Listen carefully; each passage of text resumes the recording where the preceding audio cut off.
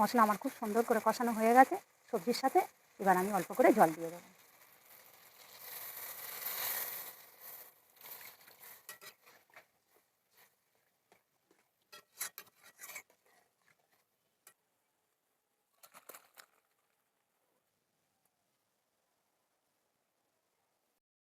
নমস্কার, সুজাতা রন্ধনশালায় সকলকে অনেক অনেক স্বাগত জানিয়ে আজকে একটি নতুন ভিডিও নিয়ে চলে এসেছি।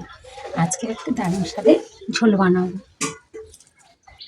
গাছ থেকে কেটে নিয়ে চলে এসেছি তুরুল বা নেনুয়া। আমরা তো একে নেনুয়া তুরুল বলি, আপনারা কি বলেন কমেন্ট করে জানাবেন। আজকে এই দিয়ে বড় সিলভার কাপ মাছ দিয়ে ঝোল বানাবো। আমি সিলভার কাপ মাছ কেটে ধুয়ে পরিষ্কার করে নিয়ে নিয়েছি। এবার এগুলো কেটে নেব।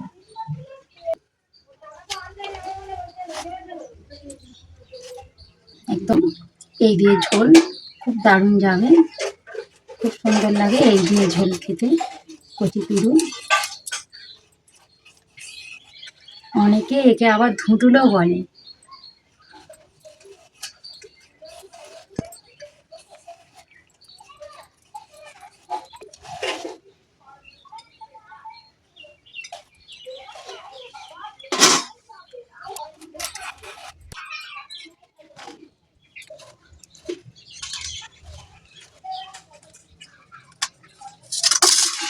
আলু কেটে নেব।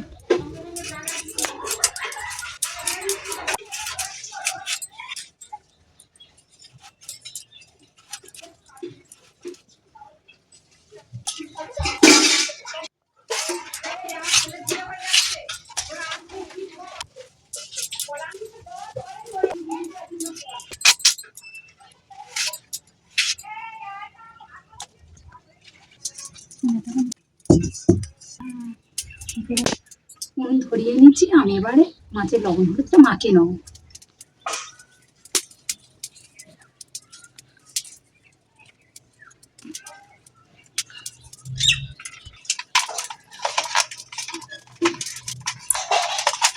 গরম হয়ে গেছে, কড়াই তেল দিয়ে দেবো।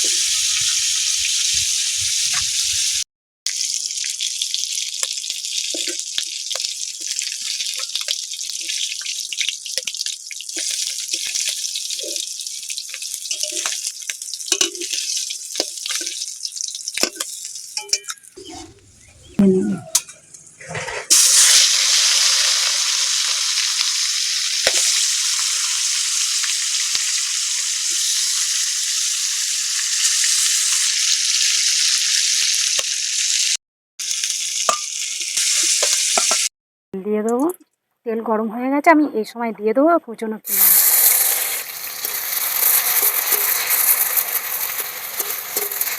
আজ আমার হালকা করে ভাজা হয়ে গেছে। আমি এবার এই পর্যায়ে দিয়ে দেবো আলুগুলো। আমি এক ফোড়নে রান্নাটা করব, লাল লাল করে ভেজে নেব।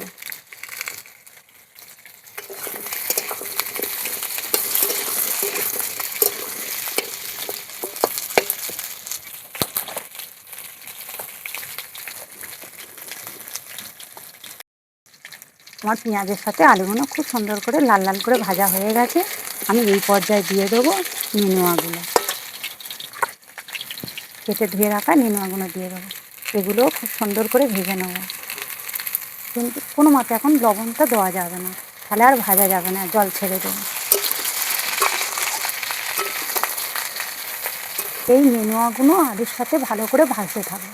এখন কোনো মতেই লবণটা দেওয়া যাবে না, লবণ দিলে এক্ষুনি শুকনো হয়ে যাবে, জল ছেড়ে দেবে।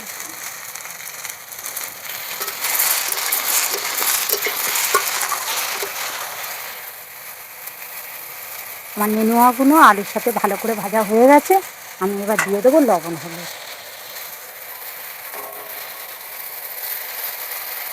হলুদ, লবণ।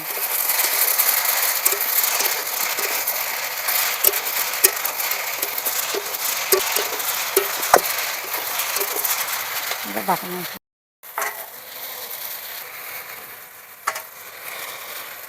এবার দিয়ে দেবো আদা জিরে শুকনো লঙ্কা একসাথে বেটে নেব।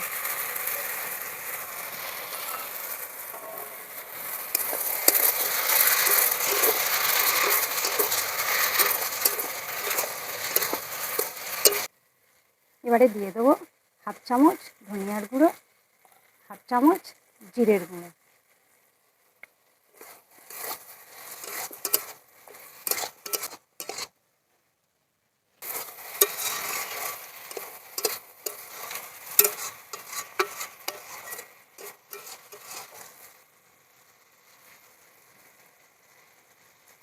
মশলা আমার খুব সুন্দর করে কষানো হয়ে গেছে সবজির সাথে। এবার আমি অল্প করে জল দিয়ে দেবো।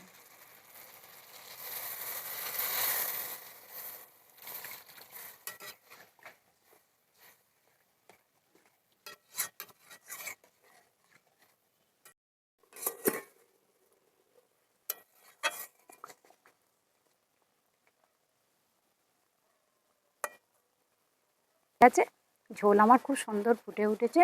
এবার আমি মাছগুলো দিয়ে দেবো।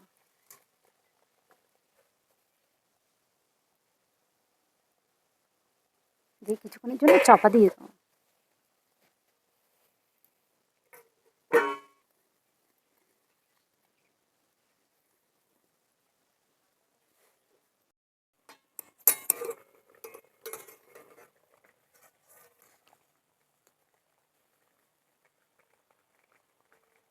আমার হয়ে গেছে, আমি এবার নামিয়ে নেব।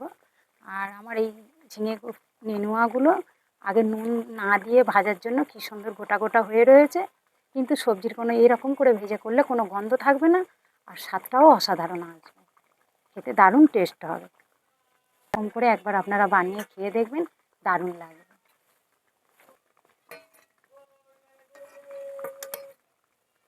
এইভাবে নিলে সবাই দিতে সুবিধা হবে, নাহলে মাছ ভেঙে যাবে।